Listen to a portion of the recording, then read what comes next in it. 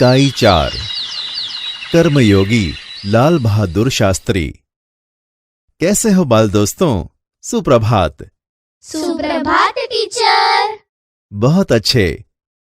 बाल दोस्तों, मैं आपको कुछ प्रश्न पूछता हूं, आप सब उसका उत्तर दीजिएगा। चलो सुनो। बाल दोस्तों, हमारे भारत देश के नेताओं के नाम कहिए। टीचर, हमारे देश के नेता मनमोहन सिंह, अटल बिहारी वाजपेयी, जवाहरलाल नेहरू, मोरारजी देसाई, इंदिरा गांधी आदि हैं। बहुत अच्छे, सही जवाब है। हमारे देश के कई सारे नेता हैं जिन्होंने हमारे देश के लिए कई सारे अच्छे कार्य किए हैं।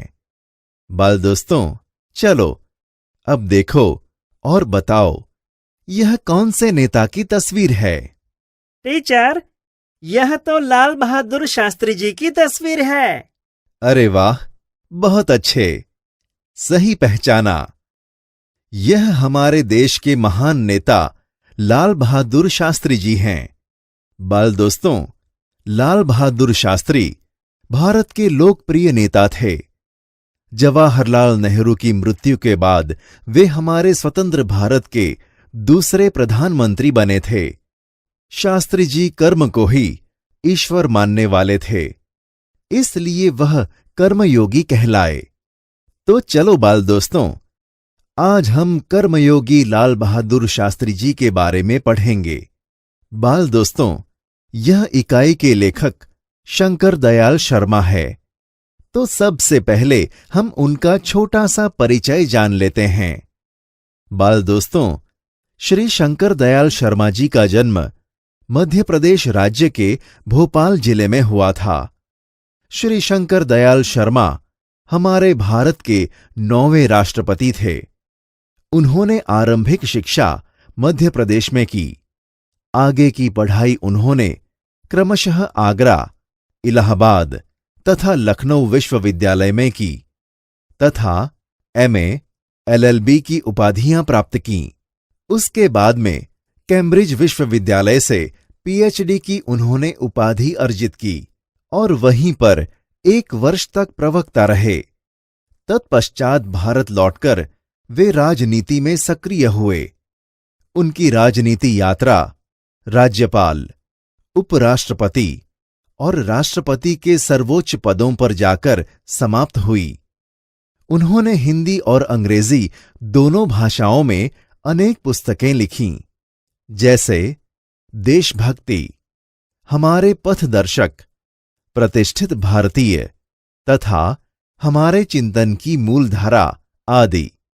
श्री शंकर दयाल शर्मा जी ने कर्मयोगी लाल बहादुर शास्त्री रेखाचित्र इकाई में कर्म को ही ईश्वर मानने वाले शास्त्री जी के व्यक्तित्व का सुंदर विश्लेषण किया है।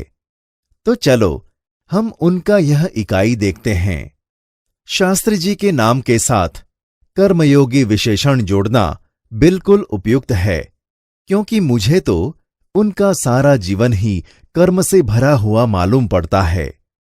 शास्त्री जी सामान्य परिवार से ऊपर उठकर देश के प्रधानमंत्री के जिस महत्वपूर्ण पद तक पहुंचे, उसका रहस्य उनके कर्मयोगी होने में ही छिपा हुआ है। वह उन लोगों में भी नहीं थे जो भाग्य पर भरोसा करके बैठे रहते हैं और अचानक कभी सफलता मिल जाती है, बल्कि वह उन लोगों में से थे जिनको अपनी हथेली की लकीरों के बजाय अपने चिंतन और कर्म की शक्ति पर अधिक भरोसा होता है और वे क्रमशः अपने जीवन का रास्ता बनाते हुए आगे बढ़ते हैं। शास्त्री जी के लिए कर्म ही ईश्वर था और इसके प्रति वह बिना किसी फल की आशा किए संपूर्ण भाव से समर्पित रहते थे। यहां तक कि जब भी उन्हें फल की प्राप्ति के अवसर मिले, तब भी उन्होंने उस ओर हमेशा उपेक्षित दृष्टि ही रखी। उनका जीवन दर्शन गीता के निष्काम कर्मयोगी का प्रतिरूप था। इसलिए मैं समझता हूं कि उन्हें केवल कर्मयोगी के बजाय निष्काम कर्मयोगी कहना कहीं अधिक उपयुक्त होगा। अपने उद्देश्य के प्रति दृढ़ आस्था, उस उद्देश्य को प्राप्त करने के लिए कर्म का भाव तथा उस कर्म के प्रति संपूर्ण समर्पण, ये 3 बातें मुझे उनके संपूर्ण चरित्र तथा जीवन दर्शन में दिखाई पड़ती हैं।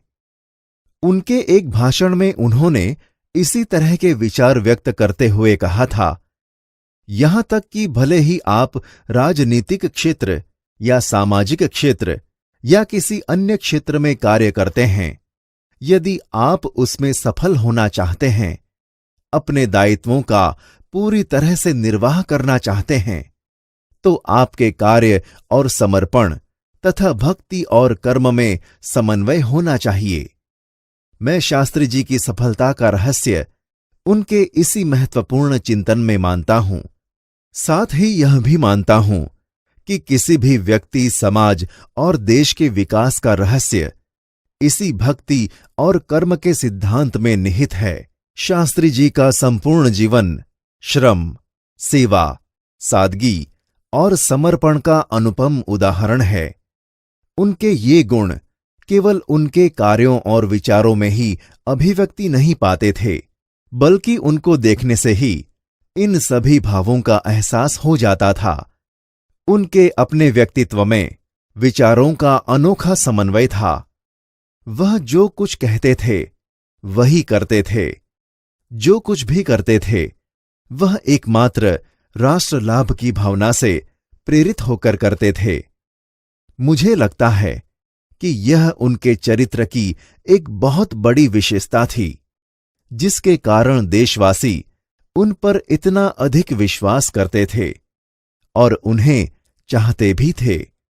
पंडित नेहरू की समृद्ध राजनीतिक विरासत को संभालना और उसे आगे ले जाने का काम कम कठिन नहीं था, लेकिन देश ने उस समय यह साफ साफ देखा कि इसे संभालने की ताकत शास्त्री जी में ही है, और शास्त्री जी ने अपने निर्मल चरित्र और दृढ़ संकल्प शक्ति द्वारा देश की इस आकांक्षा को पूरा किया। शास्त्री जी की एक सबसे बड़ी विशेषता यह थी कि वे एक सामान्य परिवार में पैदा हुए थे। सामान्य परिवार में ही उनकी परवरिश हुई, और जब वे देश के प्रधानमंत्री जैसे महत्वपूर्ण पद पर पहुंचे, तब भी वह सामान्य ही बने रहे। विनम्रता, सादगी और सरलता उनके व्यक्तित्व में एक विशिष्ट प्रकार का आकर्षण पैदा करती थी। इस दृष्टि से शास्त्री जी का व्यक्तित्व बापू के अधिक करीब था, और कहना न होगा कि बापू से प्रभावित होकर ही सन 1921 में उन्होंने अपनी पढ़ाई छोड़ी थी। शास्त्री जी पर भारतीय चिंतकों डॉक्टर भगवान दास तथा बापू का कुछ ऐसा प्रभाव रहा कि वह जीवन भर उन्हीं आदर्शों पर चलते रहे तथा औरों को इसके लिए प्रेरित करते रहे। शास्त्री जी के संबंध में मुझे बाइबल की वह उक्ति बिल्कुल सही जान पड़ती है कि विनम्र ही पृथ्वी के वारिस होंगे। शास्त्री जी ने हमारे देश के स्वतंत्रता संग्राम में तब प्रवेश किया था जब वे एक स्कूल में विद्यार्थी थे, और उस समय उनकी उम्र 17 वर्ष की थी। गांधी जी के आह्वान पर वे स्कूल छोड़कर बाहर आ गए थे। इसके बाद काशी विद्यापीठ में उन्होंने अपनी शिक्षा पूरी की। उनका मन हमेशा देश की आजादी और सामाजिक कार्यों की ओर लगा रहा। परिणाम यह हुआ कि सन 1926 में वे लोक सेवा मंडल में शामिल हो गए, जिसके वे जीवन भर सदस्य रहे। इसमें शामिल होने के बाद से शास्त्री जी ने गांधी जी के विचारों के अनुरूप अछूतोद्धार के काम में अपने आप को लगाया। यहां से शास्त्री जी के जीवन का एक नया अध्याय प्रारंभ हो गया। सन 1930 में जब नमक कानून तोड़ो आंदोलन शुरू हुआ, तो शास्त्री जी ने उसमें भाग लिया, जिसमें परिणाम स्वरूप उन्हें जेल जाना पड़ा। यहां से शास्त्री जी की जेल यात्रा की जो शुरुआत हुई, तो वह सन 1942 के भारत छोड़ो आंदोलन तक निरंतर चलती रही। इन 12 वर्षों के दौरान वे 7 बार जेल गए। इसी से यह अंदाजा लगाया जा सकता है कि उनके अंदर देश की आजादी के लिए कितनी बड़ी ललक थी। दूसरी जेल यात्रा उन्हें सन 1932 में किसान आंदोलन में भाग लेने के लिए करनी पड़ी। सन 1942 की उनकी जेल यात्रा 3 वर्ष की थी, जो सबसे लंबी जेल यात्रा थी। इस दौरान शास्त्री जी जहां एक ओर गांधी जी द्वारा बताए गए रचनात्मक कार्यों में लगे हुए थे, वहीं दूसरी ओर पदाधिकारी के रूप में जनसेवा के कार्यों में लगे रहे। सन 1935 में वे संयुक्त प्रांतीय कांग्रेस कमेटी के सचिव बनाए गए। इस पद पर वे 1938 तक रहे। किसानों के प्रति उनके मन में विशेष लगाव था, इसलिए उनको सन 1936 में किसानों की दशा का अध्ययन करने वाली एक कमेटी का अध्यक्ष बनाया गया। पूरी लगन के साथ काम करके उन्होंने अपनी रिपोर्ट प्रस्तुत की, जिसमें जमींदारी उन्मूलन पर विशेष जोर दिया। इसके बाद के 6 वर्षों तक वे इलाहाबाद की नगरपालिका से किसी न किसी रूप में जुड़े रहे। मैं समझता हूं कि इस अनुभव ने भी शास्त्री जी के व्यक्तित्व और चिंतन को नागरिकों की समस्याओं से निकट से परिचित कराया। उनके पास ग्रामीण जीवन का अनुभव था। अब इसके साथ ही इलाहाबाद नगरपालिका ने जनसेवा का भी अनुभव जोड़ दिया था। लोकतंत्र की इस आधारभूत इकाई में कार्य करने के कारण वे देश की छोटी छोटी समस्याओं और उनके निराकरण की व्यावहारिक प्रक्रिया से अच्छी तरह परिचित हो गए थे। कार्य के प्रति निष्ठा और मेहनत करने की अदम्य क्षमता के कारण सन 1937 में वे संयुक्त प्रांतीय व्यवस्थापिका सभा के लिए निर्वाचित हुए। सही मायने में यहीं से शास्त्री जी के संसदीय जीवन की शुरुआत हुई, जिनका समापन देश के प्रधानमंत्री पद तक पहुंचने में हुआ। शास्त्री जी को भारतीय राजनीति की इतनी सही और गहरी पकड़ थी कि श्रीमती इंदिरा गांधी ने उन्हें अपना राजनीतिक गुरु मानते हुए कहा था कि उन्हीं के मार्गदर्शन से मेरा राजनीतिक जीवन शुरू हुआ। देश की आजादी के बाद उत्तर प्रदेश में तथा केंद्र में शास्त्री जी भिन्न भिन्न पदों पर रहे।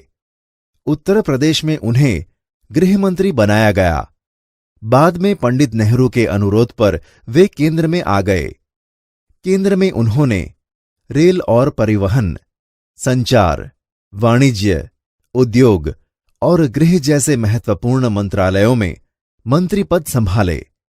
इन पदों पर रहते हुए शास्त्री जी ने अपनी जिन प्रशासकीय दक्षता का प्रमाण दिया, वह हमारे देश के लिए एक उदाहरण है।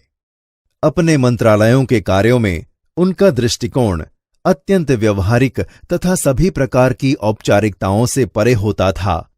वे अपने को कभी भी अपने पद के कारण ऊंचा नहीं मानते थे।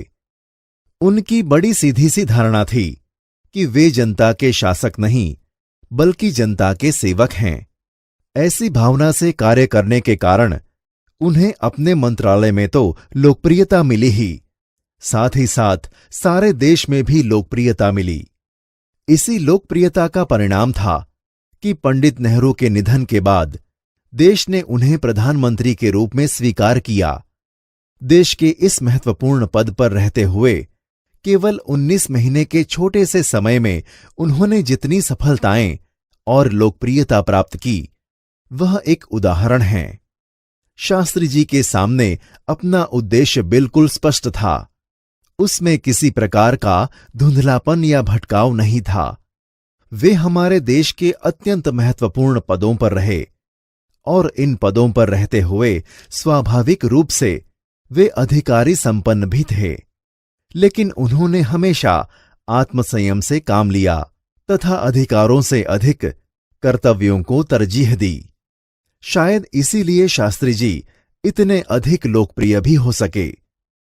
उन्होंने अलीगढ़ मुस्लिम विश्वविद्यालय के दीक्षांत समारोह में 19 दिसंबर 1964 को छात्रों को संबोधित करते हुए कुछ इसी तरह के विचार व्यक्त किए थे। आपके भविष्य की मंजिल चाहे जो कुछ भी हो, आप में से प्रत्येक को यह सोचना चाहिए कि आप सबसे पहले देश के नागरिक हैं। यह आपको संविधान द्वारा प्रदत्त कुछ अधिकार देता है, लेकिन इससे कुछ कर्तव्यों का भी बोझ आता है, जिसे समझना चाहिए।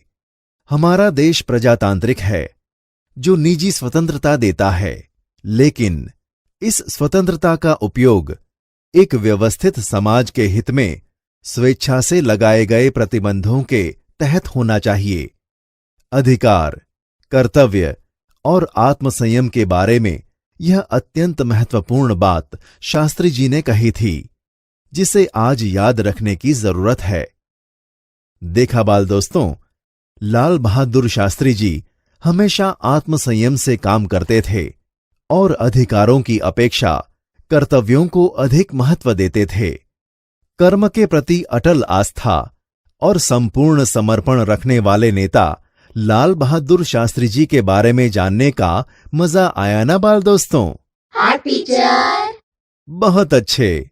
बाल दोस्तों, हमारे देश के ऐसे अन्य कई नेता हैं जो हमारे देश की सेवा में जुड़े हैं, तो आप उनमें से किसी एक नेता के बारे में जानकारी प्राप्त करके लाना और अपनी कक्षा के सभी छात्रों को उनके बारे में बताना।